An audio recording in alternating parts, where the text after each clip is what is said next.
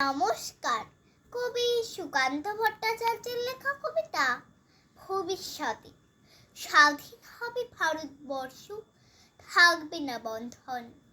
আমরা সবাই স্বরাজ্যে হব ইন্ধন। বুকের রক্ত দিব ঢালি স্বাধীনতারে, রক্তপণে মুক্তি দেব ভারত মাতারে। মূর্খ যারা, অজ্ঞ যারা, জীবন বঞ্চিত, তাদের তরে মুক্তি সুধা করব সঞ্চিত। চাষি মজুর দিন দরিদ্র সবাই মোদের ভাই, এক স্বরে বলবো মোরা স্বাধীনতা চাই।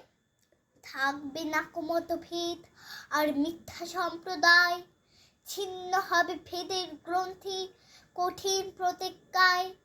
আমরা সবাই ভারতবাসী, শ্রেষ্ঠ পৃথিবীর। আমরা হব মুক্তিদাতা, আমরা হব বীর। ধন্যবাদ।